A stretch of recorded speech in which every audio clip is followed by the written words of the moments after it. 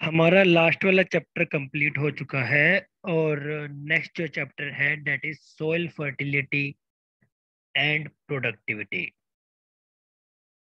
So class आज हम ये चैप्टर के बारे में पढ़ेंगे। सबसे पहले हम पढ़ेंगे सोइल फर्टिलिटी। सोइल फर्टिलिटी क्या होती है? मृदा यानी कि सोइल, सोइल की वो एबिलिटी यानी कि क्षमता जिससे वो प्लांट न्यूट्रिएंट अवेलेबल फॉर्म में सोइल के अंदर रहते हैं, that is called soil fertility. Okay, so soil fertility is the ability of soil to provide all essential plant nutrient in available form। Available form का मतलब ये है कि जब प्लांट उसको अपटेक करेगा तो वो उसे इजीली अपटेक कर पाए। फॉर एन एग्जांपल, जो नाइट्रोजन है, एटमॉस्फेरिक नाइट्रोजन को बैक्टीरिया क्या करते हैं, अमोनिया की फॉर्म में सोइल में फिक्स कर देते हैं। ठीक है, सो अमोनिया की फॉर्म में ही प्लांट उसको अपटेक करता है, ना कि नाइट्रोजन की फॉर्म में उसको अपटेक करता है। ठीक है, इसलिए अवेलेबल फॉर्म का ये मतलब हुआ उस प्लांट न्यूट्रिएंट को प्रोवाइड करवाना जो कि प्लांट के लिए जरूरी है, that is called soil fertility. ठीक है, नेक्स्ट टर्म है हमारे पास soil productivity. The capacity of soil to produce specified crop yield, well-defined and specified system of a management of input and environmental condition। Soil मतलब मिट्टी, productivity की मतलब production, कि क्या उसकी उपजाऊ क्षमता, क्या उसकी पैदावार है। ठीक है, तो ये वो कैपेबिलिटी है किसी सोइल की जो प्रोड्यूस करती है क्रॉप यील्ड को। हमने वीट लगाया, हमने राइस लगाया, कुछ भी लगाया, सो उससे जो हमारी क्रॉप यील्ड आएगी। ठीक है, हमने एक सोइल ली, एक हमने सोइल ली रेतीली मिट्टी, एक हमने सोइल ली क्ले लोम सोइल। तो बेस्ट यील्ड कहाँ होगी? क्ले लोम में। और जो दूसरी वाली सोइल होगी, जो रेतीली मिट्टी होगी, सैंडी सोइल होगी, वहां पर क्या होगी? क्रॉप उतनी अच्छी नहीं होगी। तो सोइल प्रोडक्टिविटी किसकी ज्यादा? क्ले लोम की। क्यों? क्योंकि वहां पर सोइल इतनी कैपेबल है कि वो एटमॉस्फेयर से इन्वायरमेंटल कंडीशन को मेंटेन करके उसकी प्रोडक्शन को एनहांस कर सकती है। ठीक है क्लास, सो हमने पढ़ लिया soil fertility and soil productivity.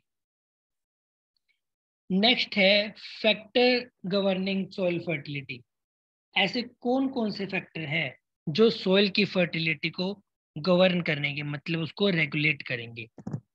उसमें सबसे पहले आता है नेचुरल फैक्टर।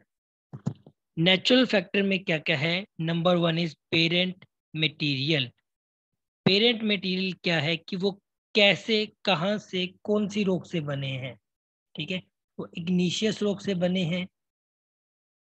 ठीक है, वो कौन सी रोक से बने? वो मेटामॉर्फिक रोक से बने हैं, इग्नीशियस से बने हैं, कैसी रोक से बने हैं?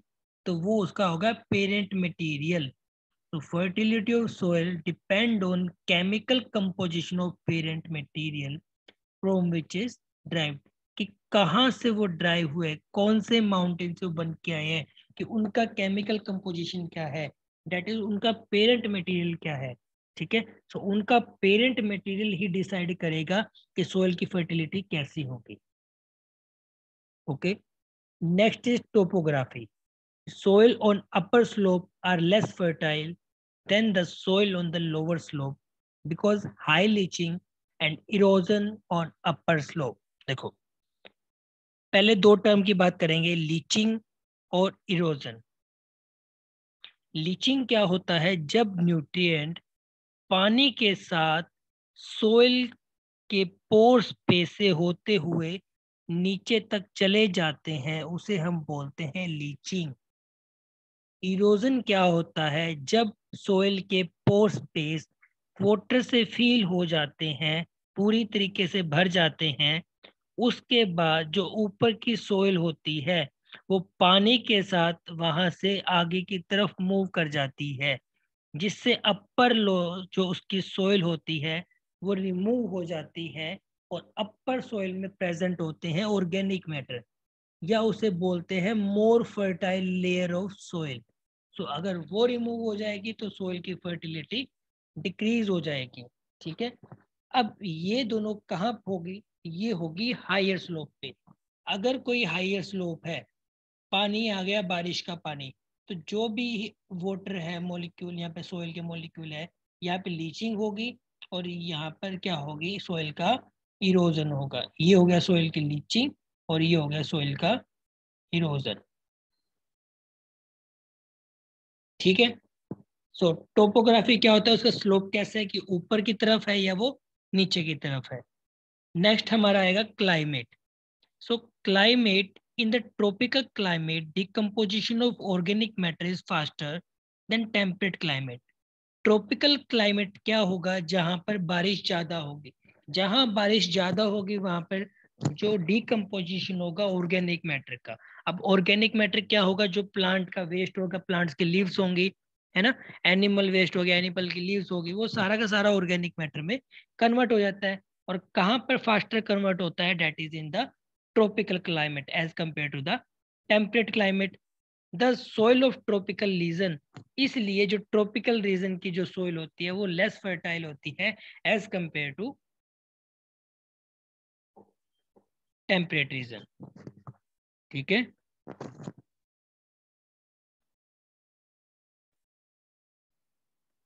नेक्स्ट हम मूव करते हैं। हमने बात कर ली नेचुरल फैक्टर की। नेक्स्ट नेचुरल फैक्टर है डेप्थ ऑफ सोइल प्रोफाइल, कि हमारी जो सोइल है, हमारे जो सोइल की प्रोफाइल की डेप्थ कितनी है। जितनी ज्यादा डीप सोइल होगी उतनी ज्यादा फर्टाइल होगी। तो जितनी ज्यादा डीप सोइल होगी उतनी ज्यादा फर्टाइल होगी। तो deep soil are more fertile than the shallow soil, and root are spread well enough to deep soil. जितनी ज्यादा डीप सोइल होगी उतनी ज्यादा जड़ नीचे तक जाएगी, उतना ज्यादा पानी एब्जॉर्ब करेगी रूट्स, और उतना ज्यादा ही प्लांट की हाइट और प्लांट की प्रोडक्शन इंक्रीज होगी। दूसरा, physical condition of soil. Physical condition में आ जाता है कि सोइल का टेक्सचर कैसा है, उसके अंदर क्ले कंटेंट कितना है, उसके अंदर सिल्ट कंटेंट कितना है, और उसके अंदर सैंड कितना है। ठीक है, एंड सोइल स्ट्रक्चर, उसका स्ट्रक्चर कैसा है। ठीक है, वो प्रिज्मेटिक है, वो कोलुमनर है, वो इलिप्टिकल है, वो ब्लॉकी है। ठीक है, उसकी शेप कैसी है। ठीक है, नेक्स्ट इज सोइल इज अब देखो, दो तरह की सोइल होती है, एक होती है न्यू सोइल, एक होती है ओल्ड सोइल। जो नई सोइल होती है उसे बोलते हैं खादर, और जो पुरानी सोइल होती है उसे बोलते हैं बांगर। जो नई सोइल होती है उसे बोलते हैं खादर, और जो पुरानी सोइल होती है उसे बोलते हैं बांगर। अब नई सोइल कहाँ से बनेगी, जो सोइल वेदरिंग ऑफ रॉक से थ्रू द रिवर डेल्टा पे आके इकट्ठी हो जाती है, ठीक है, उस सोइल को हम बोलते हैं एल्यूवियल सोइल, जो न्यू फॉर्म्ड सोइल होती है। तो उसकी प्रोडक्टिविटी ज्यादा होगी, बिकॉज वहां पे मिनरल कंटेंट क्या होगा, ज्यादा होगा। बट जो ओल्ड सोइल है वहां पर मिनरल कंटेंट क्या होगा, कम होगा। इसलिए उसकी जो इसलिए उसकी जो वो क्या होती है, फर्टिलिटी वो क्या होती है, कम होती है। किसकी, जो कि ओल्ड सोइल होगी। ठीक है, next is soil erosion. With soil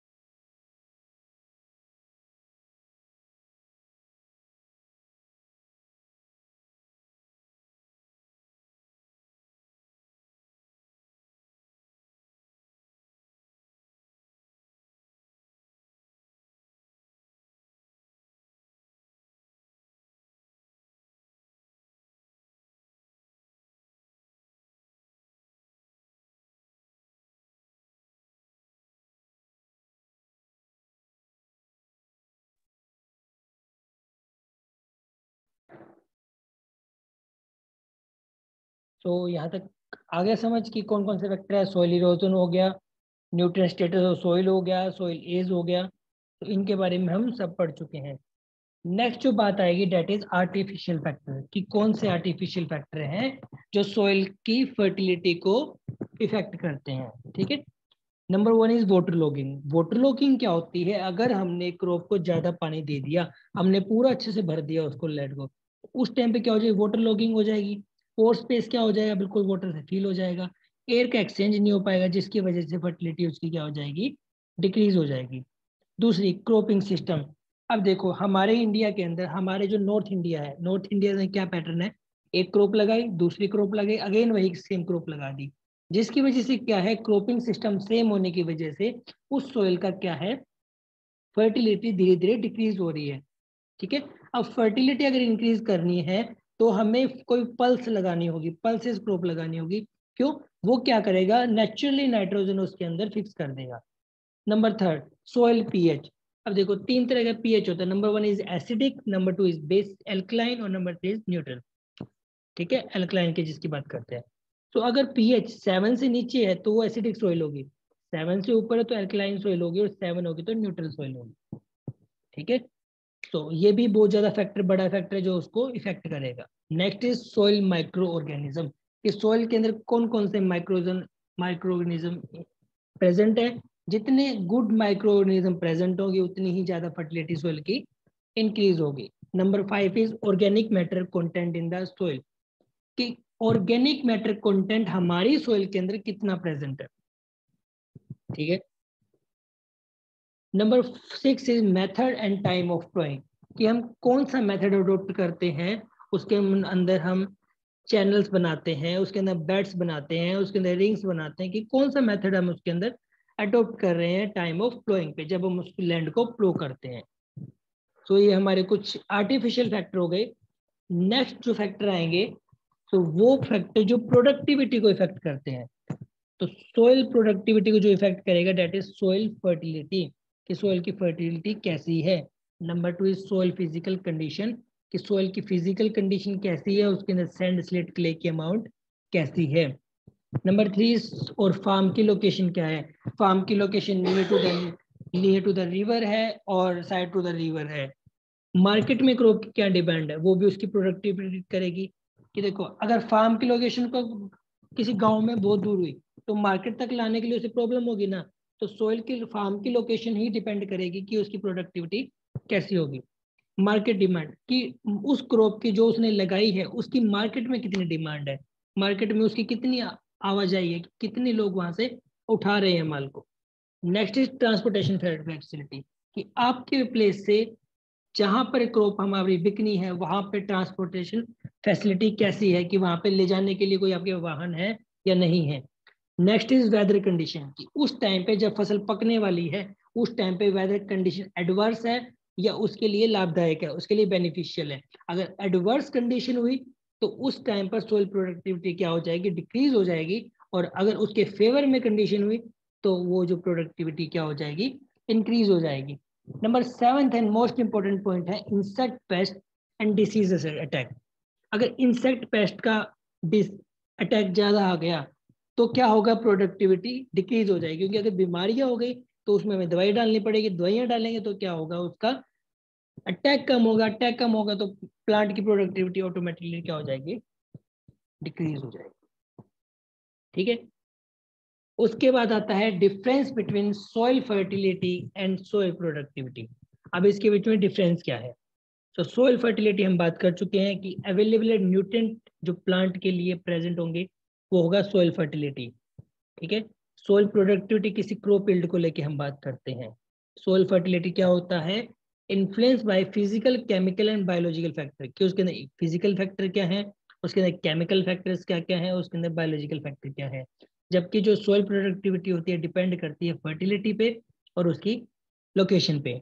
number 3, it is a function of available nutrient of the soil, कि सोइल के अंदर कितने फंक्शनल न्यूट्रिएंट प्रेजेंट है जो कि अपटेक हो रहे हैं, that is in the soil fertility.